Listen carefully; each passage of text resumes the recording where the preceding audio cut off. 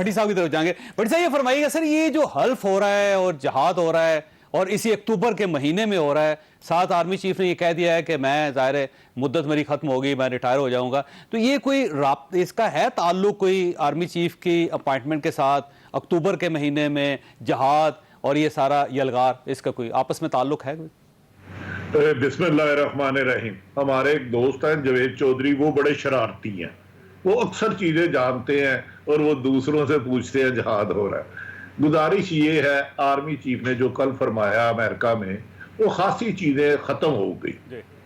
اب ان کا شاید واپسی پہ لندن بھی نہ رکے اور سیدھا پاکستان آ جائیں۔ وہ ایک اچھی بات ہوئی، جو ایک ریومرز اڑ رہی تھی وہ اب ختم ہو گئی۔ دوسرا رہ گئی بات کہ جدوجہد کرنا بدقسمتی ہے چوئی صاحب، ہمارے سیاستدان جوش خطابت میں وہ الفاظ استعمال کر لیتے ہیں، بعد میں جب انہی اتحادی جماعتوں سے ان کا اتحاد ہوتا تو شرمندگیاں بھی نہیں ہوتے۔ تو عمران خان صاحب نے جو آج اوتھ لیا ان کا حق ہے۔ مجھے یاد ہے محترم نواز شریف صاحب جب واپس آئے تھے تو وکلا موومنٹ چل رہی تھی، اس وقت یہ وکلا نواز شریف صاحب اور شہید بے نظیر صاحبہ نہیں تھی ملک میں، تو انہوں نے بھی اپنے لوگوں سے خلف لیا تھا۔ سیاست میں یہی پرابلم ہے۔ آپ کو یاد ہوگا محترم آصف علی زرداری صاحب نے کہا تھا نواز شریف دھرتی کے ناسور ہے، اگر میں نے اب ان کا ساتھ دیا تو مجھے اللہ بھی معاف نہیں کرے گا۔ اور اسی طرح انہوں نے فرمایا تھا کہ بلاول صاحب نے کہ مودی کا جو یار ہے غدار ہے، اور شہباز صاحب نے کہا تھا کہ میں ان کے گلے میں پٹا ڈال کے گھسیٹوں گا۔ اسی طرح عمران خان صاحب نے چودھری برادران کے لیے ڈاکو کے لفظ استعمال کیے تھے۔ ہمارے سیاستدان میرا خیال ہے جوش خطابت میں اخلاقیات کچھ سیاستدان پیچھے چھوڑ جاتے ہیں۔ اب مولانا چانڈیو صاحب، یہ اچھی بات ہے کہ انہوں نے کچھ سخت الفاظ استعمال نہیں کیے۔ آپ سیاستدانوں سے اختلاف کریں، ان سے رائے سے اختلاف کریں، لیکن کسی ہر ایک کو غدار، ڈاکو، غیر مسلم بنانا میرے پاس تو اتنا اختیار نہیں ہے۔ سیاسی جدوجہد کرنی چاہیے۔ مولانا فضل الرحمان صاحب نے لانگ مارچ کیا، بلاول بھٹو کی خود سندھ میں حکومت تھی 14 سالوں سے، تو وہ سندھ سے نکلے اور اسلام آباد لانگ مارچ پرامن سیاست کا حق ہے، خصوصاً ہے جمہوریت کا۔ تو میرا خیال ہے حلف تک اب ایسے بڑی صاحب سوال یہ ہے کہ عمران خان صاحب کا یہ جو لانگ مارچ ہوگا، کیا کوئی اہداف حاصل کر سکیں گے عمران خان صاحب، یا پھر جو پہلے لانگ مارچز سے انہی کی طرح یہ آئیں گے، بیٹھیں گے اور اس کے بعد چلے جائیں گے؟ دیکھیں چوئی صاحب، میرا خیال ہے کہ لانگ مارچ کے اہداف پورے کرنے کے لیے جو پورے کرواتے ہیں، جو حکومتیں چینج کرتے ہیں یا کرواتے ہیں، وہ ابھی تک تو موجودہ حکومت کے ساتھ ہے، میری اطلاعات ہے۔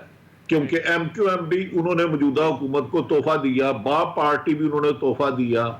تو عمران خان صاحب کا دیکھنا یہ ہے کہ کتنے لوگ لاتے ہیں۔ آگے بھی آپ کو یاد ہوگا 2014 میں 126 دن رہے، تو حکومتیں اس طرح احتجاجوں سے نہیں جاتی۔ اگر وہ پورے پاکستان کے داخلی اور خارجی راستے، جو ناممکن سا مشکل سا کام ہے، اس پہ کامیاب ہوتے ہیں تو پھر یقیناً مشکلات آئیں گی۔ اور اب تو مارشاءاللہ کا چانس بھی ختم ہو گیا ہے۔ جو میری اطلاع ہے کہ فوج نے ہائی لیول پہ کہا ہے کہ ملکی حالات ایسے ہیں، اکانومی صورتحال ایسی ہے کہ فوج نہیں آئے گی۔ وہ ہمارے دوست ہیں جوید چوئی صاحب نے مجھے ایک دفعہ بتایا تھا کہ اب کسی بھی صورت مارشاءاللہ ملک میں نہیں لگے گا، لیکن حالات کشیدگی کی طرف جا رہے ہیں۔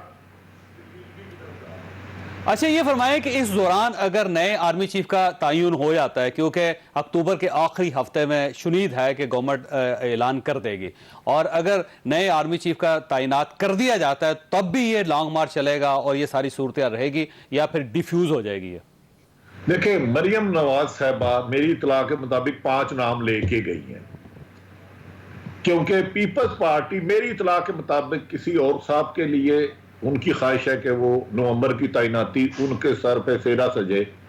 نواز شریف صاحب کی کوئی اور تعیناتی ہے، لیکن اس تعیناتی سے اب میرا خیال ہے لانگ مارچ عمران خان صاحب کا، ان کی کوشش ہے کہ نیوری کنڈیشن مارچ سے پہلے الیکشن ہو۔